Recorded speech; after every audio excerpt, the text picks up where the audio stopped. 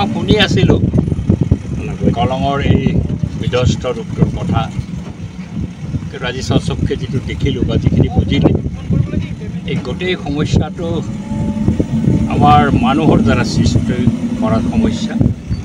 আৰু এই সমস্যাটো একদল অসৎ মানুহ, যিসকলে পইচা পাতি খাই বৈ এনেকুৱা পৰিকল্পনা কৰে, আৰু যি পৰিকল্পনা কৰে তাকো সঠিকভাৱে ৰূপায়ণ নকৰে।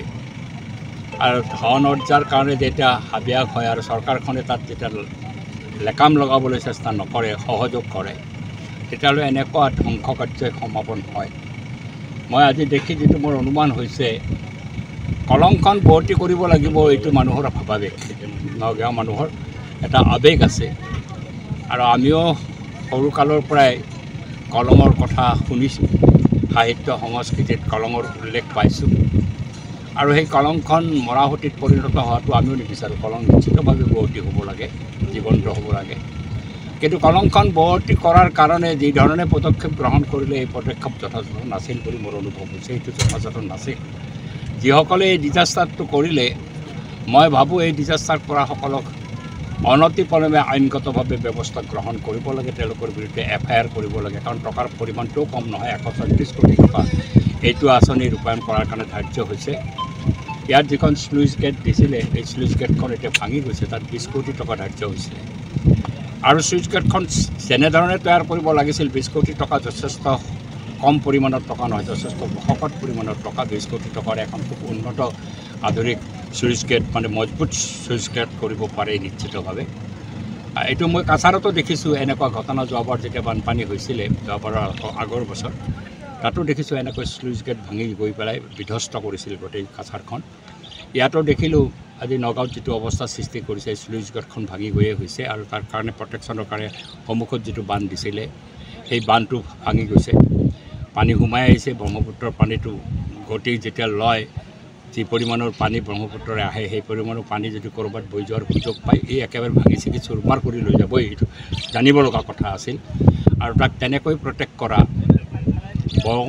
কলংখন একেবাৰে চাফা কৰি লৈ পেলাই, মুকলি কৰি লৈ পেলাই, স্লুইচ গেট যদি উন্নতভাৱে তৈয়াৰ কৰি পেলাই, যিটো কেনেল খান্দিছে 3 কিলোমিটাৰৰ কেনেল ব্ৰহ্মপুত্ৰৰ পৰা পানী বোৱাই দিয়াৰ কাৰণে, সেইটোও যদি অলপ বিজ্ঞানসন্মতভাৱে তৈয়াৰ কৰিলেহেঁতেন, এনেকুৱা এটা নিশ্চিতভাৱে ধ্বংসলীলা আমাৰ এই কলংলৈ নহ'লহেঁতেন।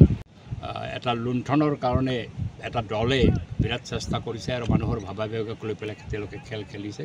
এতিয়া কলং বৈ আছে, ওপৰে ওপৰে কলং বৈ আছে, কিন্তু কলং মুকলি হোৱা নাই। আৰু ব্ৰহ্মপুত্ৰত পানী বাঢ়ি গ'লে আৰু এইটো ভয়ংকৰ ৰূপটো ইয়াক প্ৰতিৰোধ কৰাটো এতিয়া সদ্যহতেতো সম্ভৱ নহ'ব। কিন্তু ইয়াৰ পৰা যদি শিক্ষা লৈ পেলাই চৰকাৰে সঠিকভাৱে কামটো কৰে, আৰু সেই ক্ষেত্ৰত যদি মই ভাবোঁ মুখ্যমন্ত্ৰী যদি দৃঢ় পদক্ষেপ গ্ৰহণ নকৰে, তেতিয়া ৱাটাৰ ৰিচোৰ্চ মিনিষ্ট্ৰীৰ দ্বাৰা এইটো কোনোপধ্যে সম্ভৱ নহয়। এই মন্ত্ৰীজনেই হৈছে অতি বল্কি মিনিষ্টাৰ, বহু কথা কয় তেওঁ, কিন্তু কামৰ অভিজ্ঞতা তেওঁৰ নাই, কাম কৰাৰ ইচ্ছাও তেওঁৰ নাই। বহু বল্কি মিনিষ্টাৰ আৰু একেবাৰে অপদাৰ্থ মিনিষ্টাৰ, আৰু তেওঁৰ বিভাগৰ নেতৃত্বত এই ধৰণৰ কাম কোনোপধ্যে সম্ভৱ অসমত নহয়। মই যোৱাকালি বোকাখাট সমষ্টিত ঘূৰিছোঁ, তাতেও দেখিছোঁ কেনেকৈ নেগলেক্ট কৰা হৈছে গোটেই কামবিলাক, অৱহেলা কৰাৰ ফলত বিধ্বংস হৈছে গোটেই অঞ্চলটো। ইয়াতো মই দেখিলোঁ এই ধৰণৰ কাণ্ডই হৈছে। এতিয়া যিটো হ'বতো হৈ গৈছে, কিন্তু ইয়াৰ পৰা শিক্ষা লৈ পেলাই যদি এটা দৃঢ় পদক্ষেপ মুখ্যমন্ত্ৰী নিজে গ্ৰহণ নকৰে, তেতিয়াহ'লে কিন্তু ৱাটাৰ ৰিচোৰ্চ মিনিষ্ট্ৰীৰ দ্বাৰা এইটো কোনোপধ্যে নহ'ব। কলং আমাৰ আৱেগ, এই আৱেগক আমি যথাযথভাৱে কলঙক ভৰ্তি কৰি লৈ পেলাই কলঙক যদি আমাৰ সাহিত্য সংস্কৃতি, আমাৰ জীৱন ধাৰাৰ লগত কলঙৰ যি সম্পৰ্ক, সেই সম্পৰ্ক সুদৃঢ় কৰাৰ কাৰণে যিখিনি বৈজ্ঞানিকভাৱে বিজ্ঞানসন্মতভাৱে কৰিব লগা কাম, কলঙক ভৰ্তি কৰাৰ কাৰণে সেই কামখিনি সম্পূৰ্ণ কৰি লৈ পেলাই কলঙক ভৰ্তি কৰক, এই আশাটো মই ৰাখিছোঁ। আৰু যিসকলে এই দুষ্কাৰ্য কৰিলে 134 কোটি টকাৰ কাৰণে আমাৰ গোটেই নগাঁওখনক আজি বিধ্বস্ত ৰূপলৈকে লৈ গ'ল, তেওঁলোকক অনতিপলমে তেওঁলোকৰ বিৰুদ্ধে FIR দাখিল কৰি পেলাই আইনগতভাৱে ব্যৱস্থা গ্ৰহণ কৰে।